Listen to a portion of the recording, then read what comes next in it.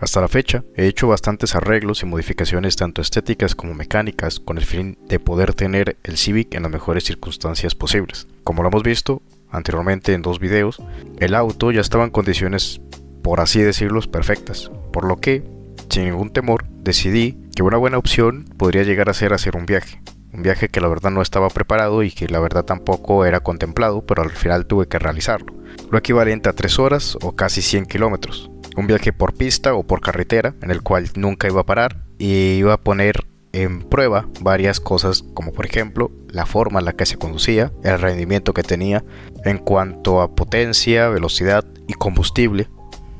Y en realidad fue algo bonito, ya que fue algo que ayuda a despejar la mente, ya que no había tenido la experiencia de manejar un trayecto tan largo como el de esa vez. Pero como saben, no todo es perfecto. Así que pasaron ciertas cosas que me hicieron darme cuenta de problemáticas que podrían llegar a haber existido y que al final pasó lo que pasó y existe el riesgo, en este caso, de que el motor se haya soplado o el empaque de junta de culata o junta de cabezote, como quieran llamarle, haya hecho que el motor se dañara.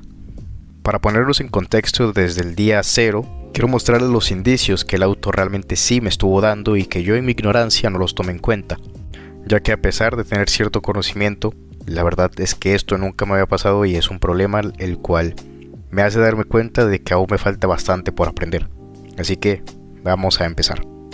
Desde los primeros momentos, el auto tenía un extraño consumo de coolant o de refrigerante en el motor y el radiador y el depósito auxiliar. Al inicio, como el auto tenía agua, creí que podría llegar a ser ese el problema, ya que lo evaporaba por ser agua y no por ser refrigerante o anticongelante. Por ende, lo que hice fue vaciar el depósito del radiador de agua y lo llené con coolant para que así durara más y no se evaporara, porque creía que ese podía llegar a ser el problema. Después de esto me he dado cuenta de que aún así seguía consumiendo, pero no dejaba rastros, ya que el coolant, una de las propiedades que tiene es el tinte que tiene, ya sea verde, rojo o azul, siempre deja un manchado que nos ayuda a diferenciar y darnos cuenta de por dónde puede estar fugando o por dónde puede estar perdiendo este líquido, y así poder arreglar el problema. Normalmente cuando por ejemplo se quema o se evapora es porque a veces hay mangueras que están malas. Las mangueras quedan manchadas del tono del coolant y así nosotros podemos dar cuenta de si cambiar esa manguera porque está quemada o tostada o simplemente mal sellada. De la misma forma nos podemos dar cuenta si es el tapón del radiador el que está malo. En este caso no existía ningún tipo de indicio que nos dijera hay algo mal. Sin embargo, ya que tenía otras cosas en mente y sabía que lo que podía ver no era visto a simple vista, decidí ignorarlo y lo único que hacía era que cuando hacía viajes de 30 a 1 hora, que era lo máximo que normalmente hacía, le rellenaba el depósito de coolant. Así que siempre tenía el coolant alto. Para este viaje no fue la excepción. Revisé todo como normalmente les recomiendo a cualquier persona que hagan. Revisen sus llantas, revisen sus frenos, revisen los líquidos de dirección hidráulica, de frenos, su coolant y obviamente la gasolina, y así poder salir tranquilos. Así que vi que el depósito estaba completamente lleno y así decidí hacer mi viaje. Al llegar allá y después de dejar el auto enfriar al día siguiente me di cuenta de que me entró la curiosidad por ver cómo estaba el nivel del coolant, así que revisé y había consumido un poco, tal vez unos 400 mililitros, lo cual no es mucho, pero realmente un auto en buen funcionamiento no debería de consumir una sola gota. Un punto importante es que el auto hacia allá estaba funcionando de lo más bien, tenía un buen rendimiento y la verdad es que la aceleración que tenía era bastante buena. Normalmente tenía una velocidad promedio de 140 km por hora y la verdad que hacía el 1 a 100 en menos de 6 segundos, que para un auto que es tan viejo y con un motor que nunca ha sido refrescado está bien. Sin embargo, a la vuelta el auto se comportaba diferente y son cosas que ahora puedo darme cuenta del por qué. A la hora de ir hacia allá, el clima era un poco más frío y no había tanto tráfico. Era en la tarde-noche, por ende, el clima era mucho más frío en esa zona, ya que normalmente esta zona del país es bastante caliente. La vez a la avenida me vine entre la mañana y tarde, por ende, el calor de la zona era mucho más alto y había mucho más tráfico. Así que habían, por así decirlo, embotellamientos y otros factores que hacían que el auto se calentara más. Porque esto es un punto importante y también otra cosa que aclarar es que cuando venía el check se prendió pero no pude meterle un escáner en el momento ya que no poseía uno. Pero el problema de lo que mostraba el escáner no tiene nada que ver con esto, sin embargo sí tenía que ver un poco y es un problema que ya está resuelto, pero del cual voy a hablar más adelante. Ahora lo principal es el tema del coolant. A la hora de realizar los 3 horas de vuelta a mi casa, también me di cuenta de que seguía gastando coolant. Ahí fue cuando me puse a investigar un poco más en el auto y a hacer pruebas para darme cuenta si realmente había algún problema grave. Es ahí donde, haciendo un par de pruebas y abriendo la tapa y dejándolo calentar, me di cuenta de algo muy importante: el abanico no encendía. Esto puede ser algo sencillo como también algo bastante complejo, y lo que puede denotar a un problema mayor, que fueron las pruebas correspondientes que realicé. Y es que si un auto no está funcionando, su abanico no está enfriando el coolant y el coolant se llega a evaporar, hay un riesgo de que el motor esté en una temperatura bastante alta, haciendo que llegue a fundirse, soldarse o incluso a explotar en general. Pero el problema, o mi mayor miedo en el momento, y lo que me daba indicios de que fuera, era que la junta de la culata o la junta del cabezote, el sello que junta el block con la cabeza del motor, se hubiese soplado, se hubiese destruido. ¿Qué pasa si esto no funciona bien? Pues bien, un motor funciona con 2 cosas principalmente: con aceite y con agua, dejando de lado lo que es la combustión. La parte de afuera del motor o del block se llena de agua para evitar que éste entre en un estado de calor que haga que se solden los materiales por dentro, o la fricción haga que se quemen o se echen a perder. Por dentro va la parte de la lubricación, haciendo exactamente lo mismo, que los metales puedan llegar a funcionar estando en contacto, pero que no se golpeen o tengan contactos toscos. Por ende, la lubricación del aceite o la lubricación del motor es bastante importante, como también la parte del agua o el coolant, ya que evita que entre en temperaturas altas, haciendo que todo tenga un funcionamiento óptimo entre las partes del motor. Entonces, como lleva agua por fuera y aceite por dentro, existe algo llamado junta de culata o empaque de cabezote, como lo llamamos nosotros, lo que evita que el agua entre en contacto con el aceite y se haga esa mezcla de mayonesa que muchas personas le llaman de esta manera, y que indica que hay un problema de funcionamiento. Obviamente el aceite no puede contener agua, ni el agua puede contener aceite. Es por esto que se generan estos empaques, para evitar el contacto entre uno y otro desde la parte exterior a la parte interna o viceversa del motor. El problema con esto es que lleva una reparación la que es normalmente costosa, ya que solamente el kit del empaque es bastante caro y la mano de obra un poco también. Aunque no es un trabajo completamente complicado, se pueden perder piezas o se puede poner mal alguna tuerca, haciendo que todo se joda. Entonces, sin el conocimiento puede llegar a ser un problema bastante grande. Por ende es costoso la mano de obra y el empaque. Entonces, antes de ponerme a hacer pruebas, me di cuenta de que el depósito del coolant estaba bastante sucio. Así que, la verdad, para evitar que se viera tan desastroso y asqueroso, preferí limpiarlo antes de seguir haciendo las cosas que estaba haciendo. Luego lo volví a llenar con coolant y empecé a hacer las pruebas.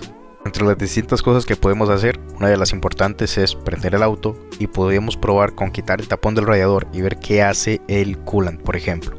Se hace con la finalidad de poder ver si el líquido llega a calentarse lo suficiente, pero no a expulsarlo ni a tirarlo hacia arriba. Normalmente, cuando el líquido ya está caliente, pero está todo el funcionamiento del sistema de enfriamiento bien, él debería dar vueltas en círculos y hacer que todo quede de manera estable, sin tirarlo o expulsarlo de forma volcánica, por así decirlo. Al principio lo hacía, pero es porque realmente en ese preciso momento no me he dado cuenta de que realmente el problema era el abanico y nunca iba a encender. Entonces el coolant obviamente se hervía y por eso lo expulsaba, pero también es un indicio bastante claro de que el empaque o la junta de culata se quemó, o como nosotros lo conocemos, se sopló. Ahí fue cuando realmente tenía mi mayor miedo, y la verdad estaba bastante preocupado y no sabía qué hacer, así que empecé a investigar un poco más, ya que no tenía realmente a quién preguntarle, y ahí fue cuando me di cuenta de varias cosas bastante importantes. El abanico realmente sí funcionaba, lo que no estaba funcionando era el sensor de temperatura, ya que a la hora de llegar y poner un alambre entre los conectores del abanico hacia el sensor, este prendía, obviamente de manera punteada, y así decidí andarlo por unos días para que pudiera funcionar. Al hacer esto, simplemente al dar inicio al auto, el abanico se prende y está fijo siempre, pero no es lo ideal, es simplemente algo pasajero o algo temporal hasta resolver el problema real. ¿Por qué? Por 3 razones muy importantes. La primera, el abanico siempre encendido se puede llegar a quemar, ya que él no está hecho para estar siempre encendido, sino solamente encenderse cuando el auto lo necesita. El segundo es que no hay un buen rendimiento del auto. ¿Por qué? El primero, porque se calienta, no. Más bien siempre va a estar frío, ya que el abanico siempre está enfriando el motor y no llega a su estado de calor óptimo. Y la otra es que hay un mayor gasto de combustible por exactamente lo mismo mencionado anteriormente. El motor no llega a estar en su temperatura ideal y por ende gasta más combustible, haciendo que el rendimiento no sea tan bueno. Pero como menciono, es simplemente una herramienta o un arreglo temporal hasta resolver el verdadero problema. Hay muchas pruebas que me gustaría mostrarles en cámara, pero que se me dificultan un poco al no tener 3 manos, una para grabar y 2 para utilizarlos, pero podemos hacer muchas pruebas con un multímetro. Más adelante les voy a enseñar cómo en otro video, ya que hay sensores y cosas específicas que sí tuve que probar y así les muestro bien cómo se utiliza. Pero por ejemplo, un sensor como estos, sensores de temperatura, sensores de oxígeno, etc., normalmente operan con resistencias de 20 kiloohmios. Por lo que si los ponemos en esta escala del multímetro nos debería dar una respuesta. Los multímetros normalmente a la hora de ponerlos en esta escala nos van a mostrar un 1 o L cuando no estamos tocando ni punteando ningún sensor. Pero a la hora de que toquemos 2 pines o el primer pin o el tercero, dependiendo de cuántos tenga, o si tiene 4 pines, buscar los 2 que sean del mismo color y tocarlos, nos debería mostrar aunque sea una resistencia. Si no muestra ninguna y queda como un 1 o L, es simplemente que el flujo de corriente está abierto, por ende no existe resistencia y por ende el sensor está muerto, que es exactamente lo que pasaba con este sensor. Volviendo al tema del coolant disparado por el radiador, al tener el abanico fijo hacía lo que mencioné, simplemente da círculos y no sale como si fuese expulsado de un volcán, o lo escupe hacia arriba, diciéndolo de otra manera. Así que por ahí podemos darnos cuenta de que si está funcionando el abanico no existe riesgo de que se haya soplado el cabezote, o realmente sí lo existe, pero que se haya dañado muy poco.